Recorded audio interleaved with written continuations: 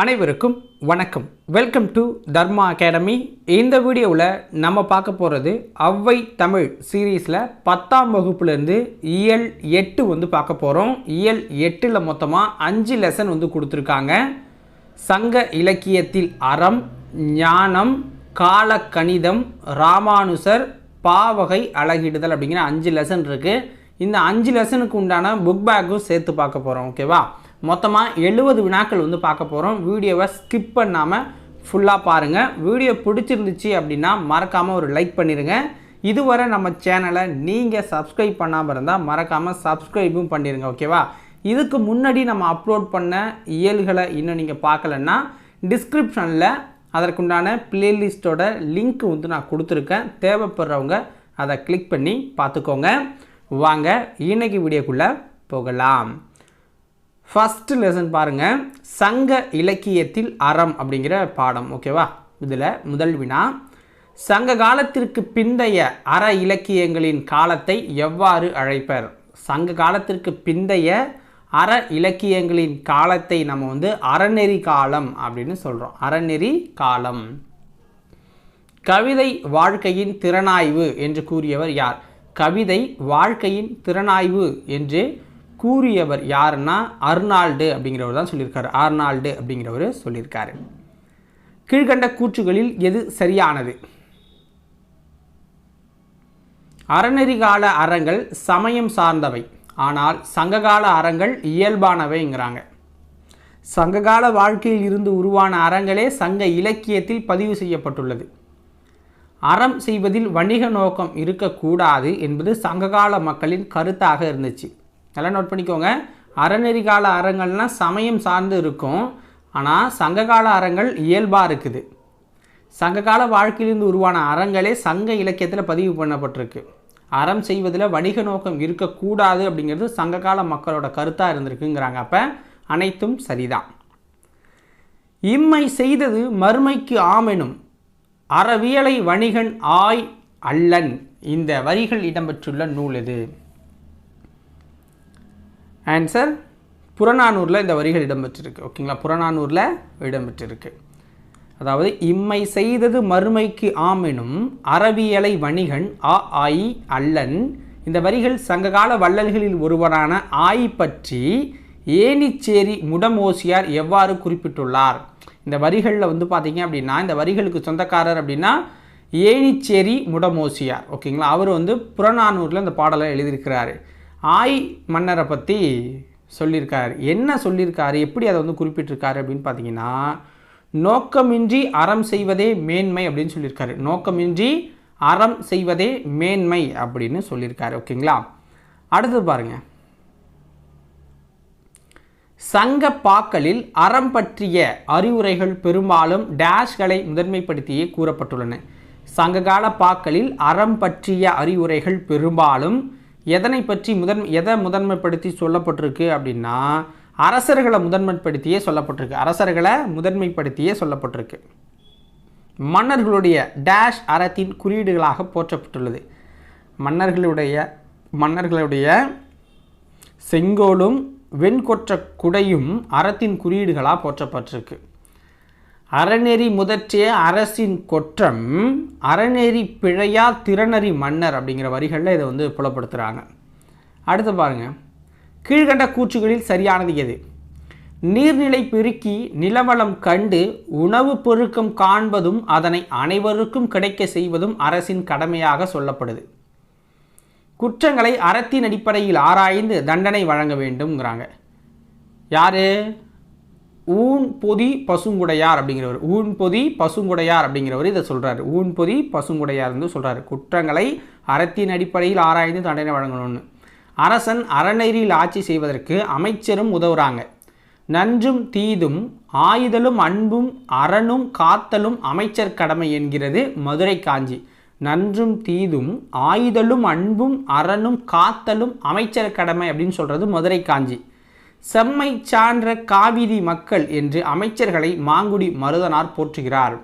செம்மை சான்ற காவிதி மக்கள் அப்படின்னு அமைச்சர்களை மாங்குடி மருதனார் போற்றுகிறார். இதில் மதுரை காஞ்சியில். ஓகேவா? அப்போ எல்லா கூற்றும் சரியாக தான் இருக்குது.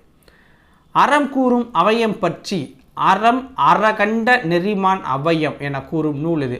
அறம் கூறு அவையம் பற்றி அறம் அறம் கண்ட நெறிமான் அவையம் என கூறும் நூல் என்ன அப்படின்னா புறநானூறு.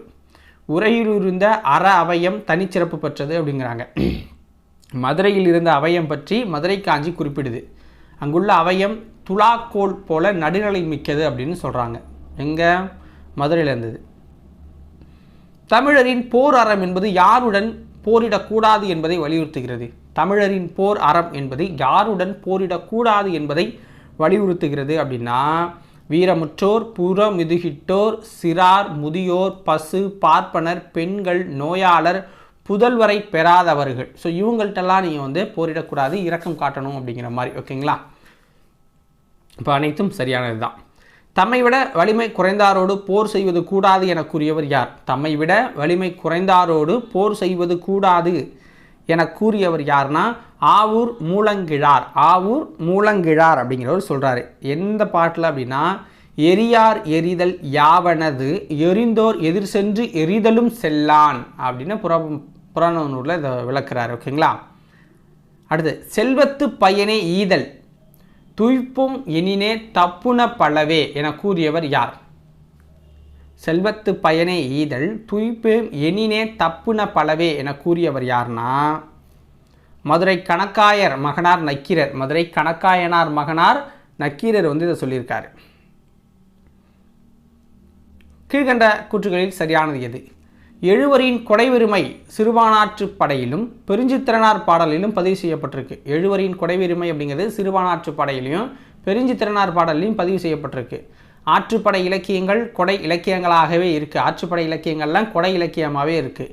10 சேர அரசர்களின் கொடைப்பதிவாகவே உள்ளது. 10 நூல் சேர அரசர்களோட கொடைப்பதிவு மட்டும் அதிகமாக சொல்லுது. அப்போ எல்லா கூற்றும் சரிதான்.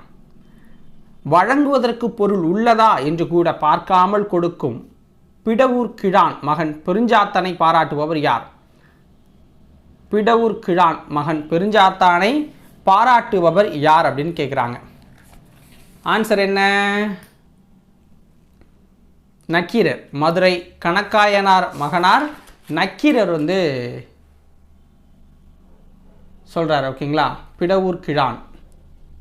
அடுத்தது வள்ளலின் பொருள் இரவலின் பொருள்.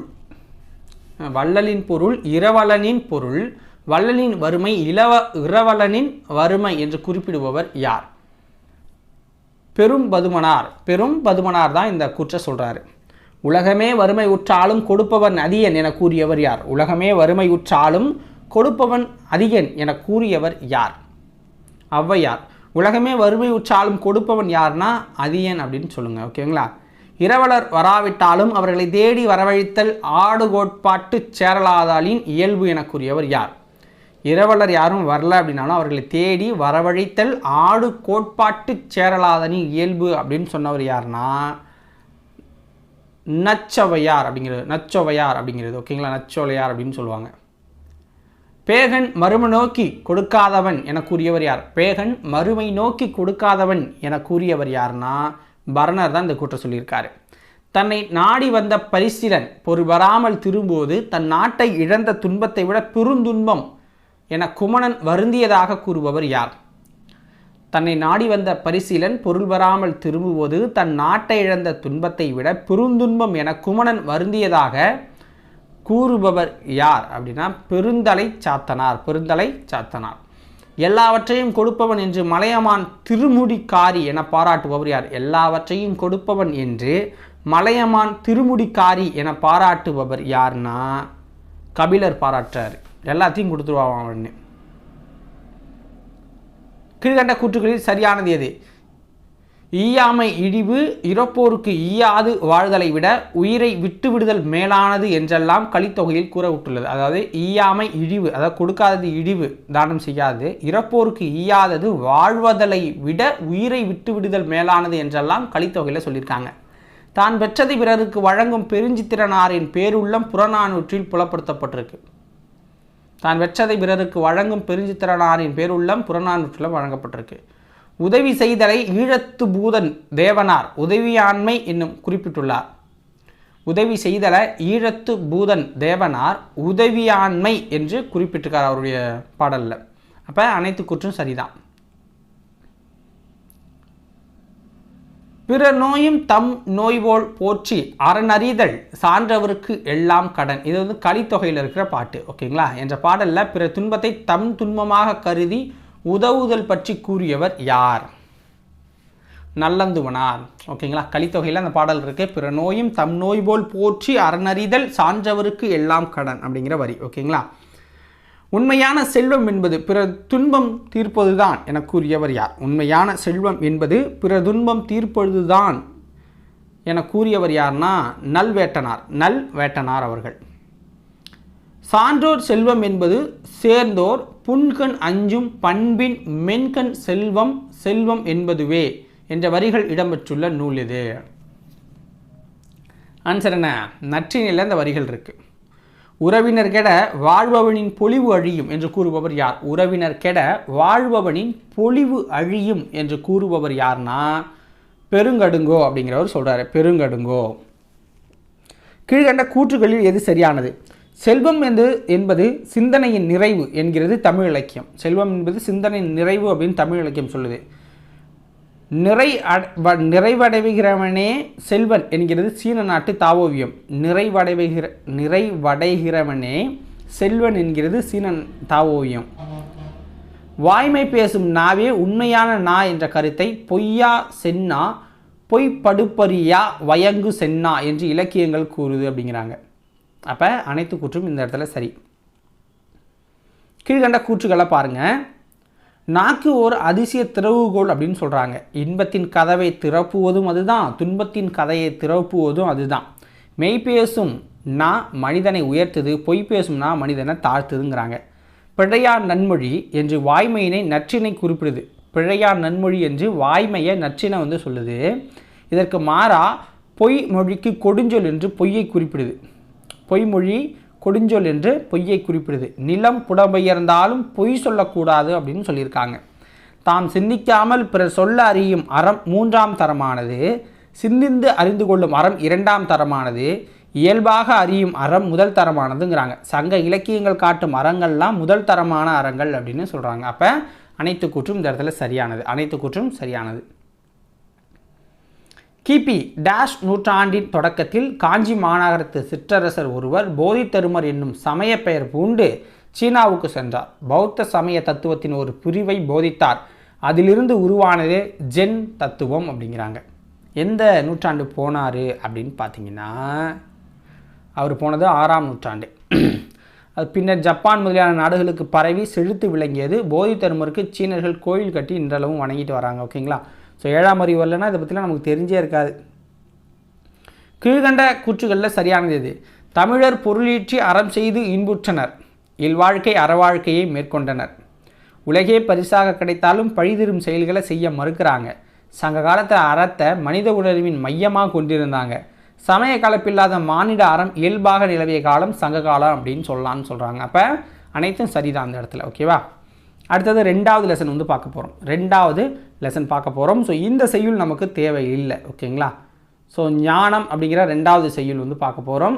தி.சோ. வேணுகோபாலன் எழுதுனது. தி.சோ. வேணுகோபாலன் அவர்கள் எழுதுனது இது. ஸோ இந்த செய்யுள் பார்த்தீங்க அப்படின்னா நமக்கு தேவையில்லாத ஒரு செய்யுள் தான். அதனால் நான் இதை வந்து நான் படிக்க போகிறதில்ல, டேரெக்டாக கொஷின்ஸ்குள்ளே போயிடலாம். தி.சோ. வேணுகோபாலன் பிறந்த ஊர் எது? தி.சோ. வேணுகோபாலன் பிறந்த ஊர் அப்படின்னா உங்களுக்கு திருவையாறில் பிறந்திருக்காரு.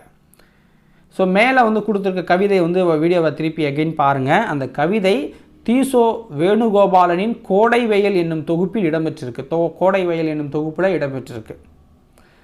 மணிப்பால் பொறியியல் கல்லூரியில் எந்திரவியல் பேராசிரியராக பணியாற்றியிருக்கிறார்.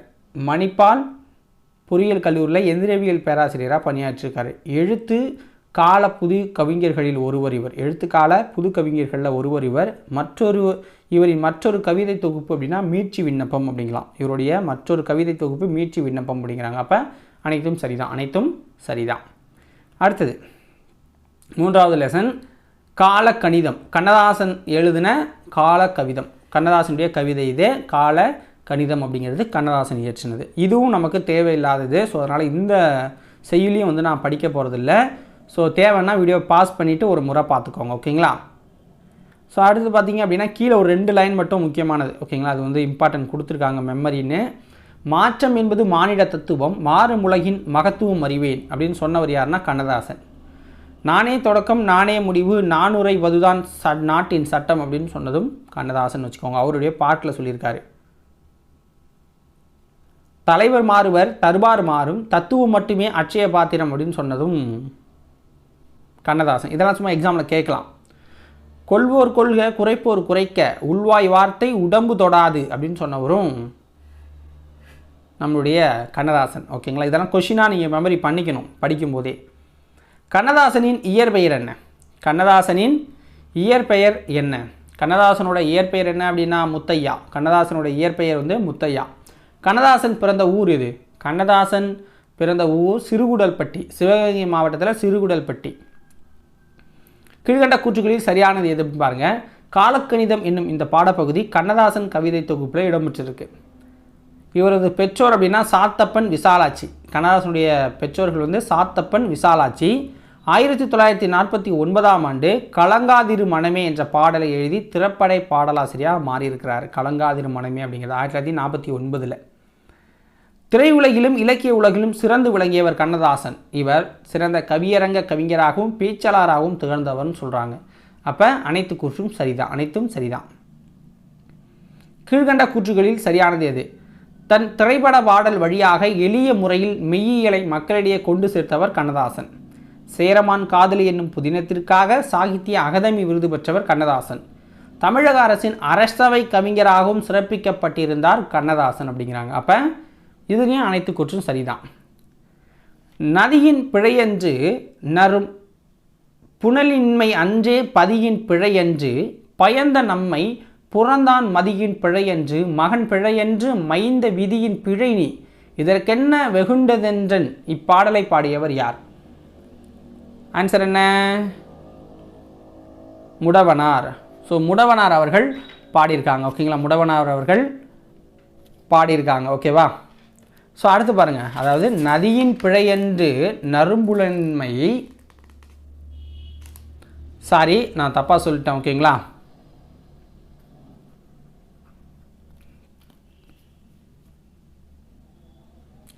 ஸோ இதில் பார்த்தீங்க அப்படின்னா முடவனார் அவர்கள் பாடியிருக்காங்க. ஓகேங்களா? முடவனார் அவர்கள் பாடியிருக்காங்க.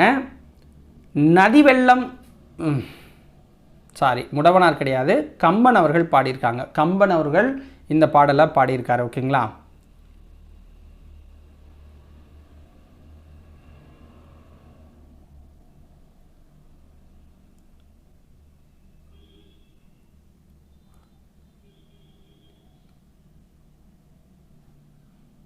ஸோ கம்பன். ஓகேங்களா? ஸோ கம்பன் இதனுடைய ஆசிரியர். ஓகே. நதி வெள்ளம் காய்ந்து விட்டால் நதி செய்த குற்றமில்லை, விதி செய்த குற்றமின்றி வேறு யாரம்மா என பாடியவர் யார்? யார்? கண்ணதாசன் அவர்கள் இதை பாடியிருக்காங்க. கண்ணதாசன் அவர்கள் இதை பாடியிருக்காங்க. ஓகேங்களா? கண்ணதாசன் அவர்கள் இதை பாடியிருக்காங்க. ஸோ அடுத்தது நம்ம எத்தனாவது லெசனு? 4வது லெசனுக்குள்ளே வந்துட்டோம். ஓகேங்களா? ராமானுசர் நாடகம். இதில் 2 கொஷின் தான். கூர்வேல் குவையிய மொய்ப்பின் தேர்வன் பரிதான் பரம்பு நாடே என்ற வரிகள் இடம்பெற்றுள்ள நூல் எது அப்படின்னா புறநானூரில் இந்த வரிகள் இடம்பெற்றிருக்கு. கூர்வேல் குவையிய மொய்ம்பின் தேர்வன் பரிதான் பரம்பு நாடே என்ற வரிகள் இடம்பெற்றுள்ள நூல் புறநானூறு. மேற்கண்ட இந்த பாடலில் பரம்பு என்பது பிரான்மலையை குறிக்குது. இது எந்த மாவட்டத்தில் அமைஞ்சிருக்கு? பரம்பு மலை குறிக்குது. எந்த மாவட்டம்னா சிவகங்கை மாவட்டத்தில் அமைஞ்சிருக்கு. சிவகங்கை மாவட்டத்தில் பிரான்மலை அப்படிங்கிறது இருக்குது. ஓகேங்களா? ஸோ இப்போ வந்து கடைசி பாடம் 5வது பாடம் வந்து பாவகை அலகிடுதலை பார்க்க போகிறோம். ஸோ அது பார்த்துடலாம்.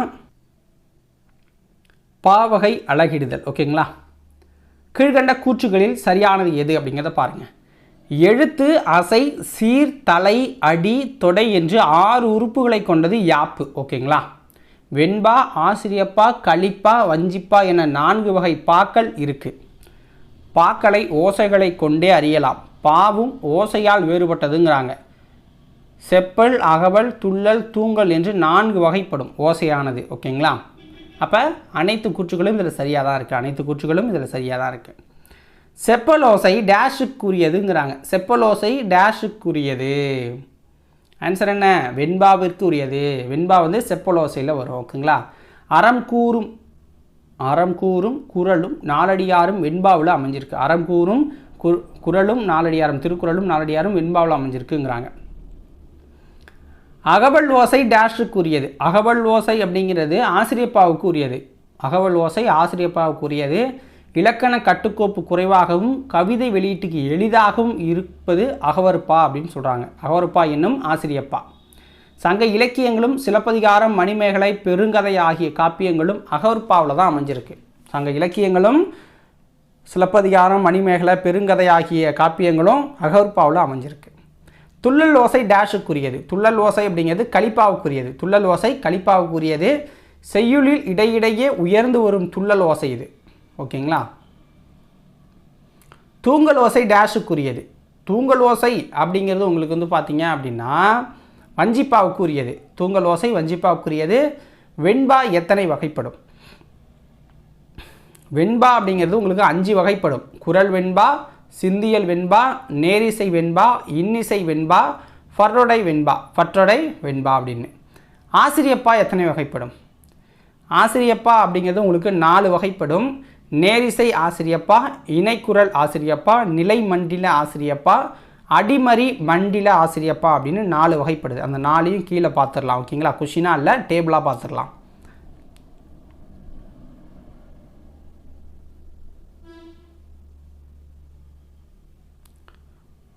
ஸோ பொது இலக்கணம். ஓகேங்களா?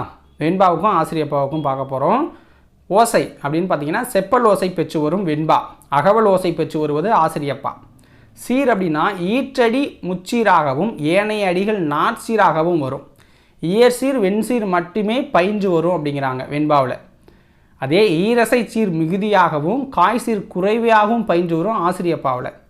தலை அப்படின்னு வச்சுக்கிட்டா இயற்சீர் வெண்டலை வெண்சீர் வெண்டலை மட்டுமே பயின்று வரும் தலையில் வெண்பாவில்.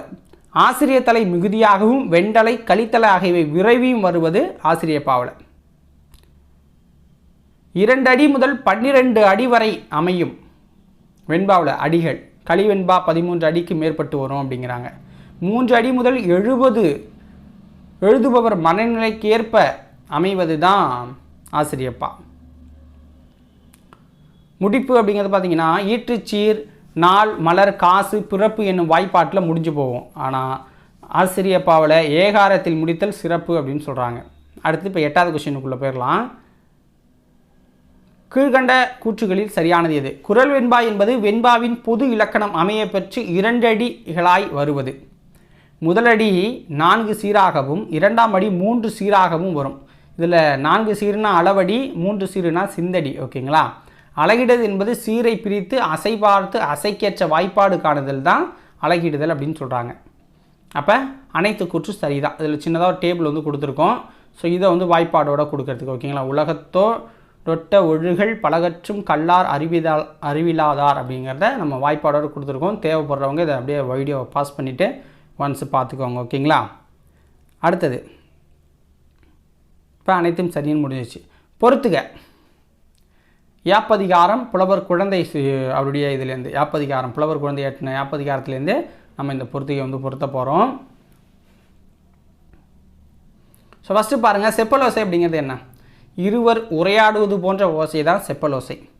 அகவல் ஓசை அப்படின்னா ஒருவர் பேசுதல் போன்ற சொற்பொழிவாற்றுவது போன்ற ஓசை தான் அகவல் ஓசை. துள்ளல் ஓசை அப்படின்னா கன்று துள்ளினார் போல சீர்தோறும் துள்ளி வரும் ஓசை, அதாவது தாழ்ந்து உயர்ந்து வருவது தான் துள்ளல் ஓசை. தூங்கல் ஓசை அப்படின்னா சீர்தோறும் துள்ளாது தூங்கி வரும் ஓசை, தாழ்ந்தே வரும் ஓசை தான் தூங்கல் ஓசை அப்படிங்கிறாங்க. ஆப்ஷன் ஏ சரியானது. அடுத்ததும் ஒரு பொறுத்துக தான். பாருங்கள், பொறுத்துக. நேர் அப்படின்னா என்ன? நேர் அதோடைய வாய்ப்பாடு ஓரசை சீரில் அதோடைய வாய்ப்பாடு என்ன அப்படின்னு பார்த்தீங்கன்னா நாள் அப்படின்னு வரும். நிறைக்கு வாய்ப்பாடு என்ன அப்படின்னா மலர். நேர்வுக்கு வாய்ப்பாடு என்ன அப்படின்னு பார்த்தீங்கன்னா காசு. நிறைவுக்கு பிறப்பு அப்படிங்கிற வாய்ப்பாடு வரும். நிறைவுக்கு பிறப்பு அப்படிங்கிற வாய்ப்பாடு வரும்.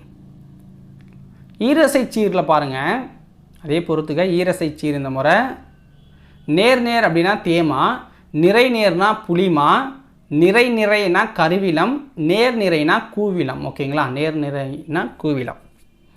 மூவசைச்சீர் இப்போ வந்து பார்க்க போகிறோம். அடுத்த பொறுத்துக்க மூவசைச்சீர். ஸோ மூவசைச்சீரை பாருங்கள். நேர் நேர் நேர்னா தேமாங்காய், நிறை நேர் நேர்னா புளிமாங்காய், நிறை நிறை நேர்னா கருவிலங்காய், நேர் நிறை நேர் அப்படின்னா கூவிலங்காய். ஓகேங்களா, அடுத்ததும் பொறுத்துக்க. நேர் நேர் நிறை அப்படின்னா உங்களுக்கு என்ன வரும் அப்படின்னு கேட்குறாங்க. தேமாங்கனி வரும் மூவசைச்சீரில். அது வந்து காய் வகை, இது கனி வகை.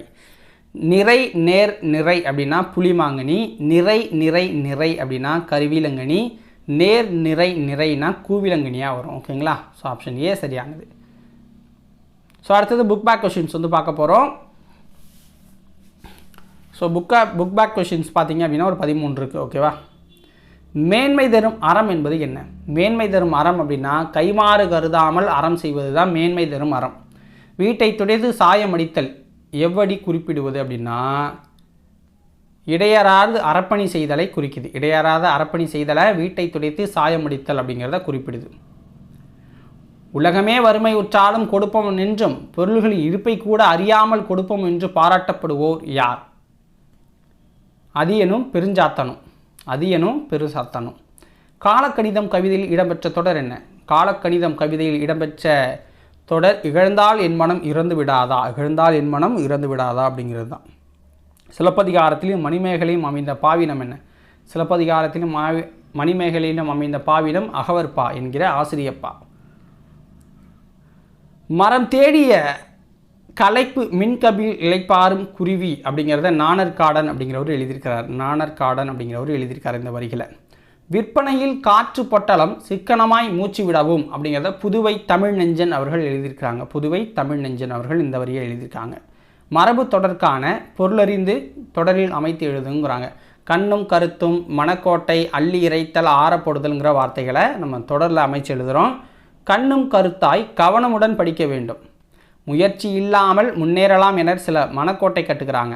பணத்தை கணக்கு பார்க்காமல் அள்ளி இறைத்தால் நம்மை வறுமை நிலைக்கு தள்ளிவிடும். பிரச்சனைகளை பெரிதாக்காமல் ஆறப்போடுதல் நல்லது அப்படிங்கிறாங்க. ஓகேங்களா, கோடையிலே இலப்பாற்றி கொள்ளும் வகை கிடைத்த குளிர்தருவே தருநிழலே நிழல் கனிந்த கனியே ஓடையிலே ஊறுகின்ற தீஞ்சுவை தண்ணீரே உகந்த தண்ணீர் இடைமலர்ந்த சுகந்த மணமலரே மேடையிலே வீசுகின்ற மெல்லிய பூங்காற்றே மென்காற்றி விலை சுகமே சுகத்தில் ஊறும் பயனே ஆடையிலே எனை மணந்த மணவாள அப்பொதிவில் ஆடுகின்ற அரசே என் அலங்கள் அணிந்தருளே அப்படின்னு பாடினவர் வள்ளலார். அப்படின்னு பாடினவர் யார்? வள்ளலார் பாடியிருக்காரு. சொற்களை பிரித்து பார்த்து பொருள் தருகங்கிறாங்க. கானடை, வருந்தாமரை, பின்னாக்கு, பலகை ஒளி அப்படின்னு கொடுத்துருக்காங்க. இதில் கானடையை பிரித்து பார்த்து பொருள் தரோமா? கான் அடை அப்படின்னா காட்டை சேர் அப்படின்னு பொறுத்து. கான் நடைனா காட்டுக்கு நடத்தல் அப்படின்னு பொருள். கால்நடைனா காலால் நடத்தல் அப்படிங்கிற பொருளை தரும். வருந்தாமரை அப்படிங்கிறது பார்த்தீங்க அப்படின்னா வரும் கூட்டல் தாமரையை தாமரை மலரும்பாங்க. வரும் கூட்டல் தா கூட்டல் மறைய தாவும் மான் வருகிறதும்பாங்க. வருந்தா கூட்டல் மறைய துன்புறாத மான் அப்படின்னு குறிப்பிடுறாங்க. ஓகேங்களா, அடுத்தது பின்னாக்கு அப்படின்னா பின்னாக்கு அப்படின்னா எள்ளு கடலை ஆட்டும்போது கிடைக்கிறது பின்னாக்கு. பில் ப்ளஸ் நாக்கு பிளவுபட்ட நாக்கு அப்படி சொல்லுவாங்க. பலகை ஒளி, பலகை கூட்டல் ஒளி, பலகையால் ஏற்படும் ஒளி. பல கை ஒளி அப்படின்னா பல கைகள் தட்டும் ஒளி அப்படிங்கிறத பிரித்து கொடுக்கலாம். ஓகேங்களா, அடுத்தது அகராதியியல் காண்க. ஆசுகவி அப்படின்னா கொடுத்த பொருளை உடனே பாடும் பாட்டு, அப்பாடலை பாடும் புலவனை ஆசுகவி அப்படின்னு சொல்லுவாங்க. மதுரகவினா இனிமை பெருக பாடும் கவி, சொற்சுவை பொருட்சுவை நிரம்பிய பாட்டு அப்படின்னு அர்த்தம். சித்திரக்கவி அப்படின்னா சித்திரத்தில் அமைந்ததற்கு ஏற்படும் இறைகவி, 21 நயங்களில் கவிதை ஏற்றுபவரை சித்திரக்கவியும்பாங்க. வித்தார கவி அப்படின்னா விரித்து பாட பெறும் பாட்டு, விரிவாக பாடும் நூலை வித்தார கவி அப்படிம்பாங்க. அடுத்தது பொறுத்துக மக்களே. பிலீஃப் அப்படின்னா என்ன? பிலீஃப் அப்படின்னா நம்பிக்கை. ரெனாசிசன் அப்படின்னா மறுமலர்ச்சி. ரெனாசன்ஸ் அப்படின்னா மறுமலர்ச்சி. ஃபிலாசபர் அப்படின்னா மெய்யியலாளர். ரிவல்யூஷன் அப்படின்னா மீட்டுருவாக்கம். ரெவல்யூஷன் அப்படின்னா மீட்டுருவாக்கம் அப்படின்னு அர்த்தம். ஓகேங்களா, ஆப்ஷன் ஏ சரியானது. சரியான இணை எது அப்படின்னு பாருங்கள். அறமும் அரசியலும் அப்படிங்கிற நூலோட ஆசிரியர் யார் அப்படின்னு பார்த்தீங்கன்னா உங்களுக்கு வந்து மு வரதராசனார். அறமும் அரசியலும் என்ற ஆசிரியர் மு வரதராசனார். அபி கவிதைகளுடைய ஆசிரியர் அபி அவர்கள். எண்ணங்கள் என்ற நூலின் ஆசிரியர் எம்எஸ் உதயமூர்த்தி. எண்ணங்கள் என்ற நூலின் ஆசிரியர் எம்எஸ் உதயமூர்த்தி அவர்கள். ஓகேங்களா, அப்போ அனைத்து இணையும் சரியாக தான் இருக்குது. ஸோ இதோட 8வது இயலும் முடிஞ்சிருச்சு மக்களே. 9வது இயல் நாளைக்கு வந்து பார்க்கலாம். ஸோ வீடியோ பிடிச்சிருந்தால் மறக்காமல் ஒரு லைக்கும் சப்ஸ்கிரைபும் பண்ணி சப்போர்ட் பண்ணுங்கள். நன்றி, வணக்கம்.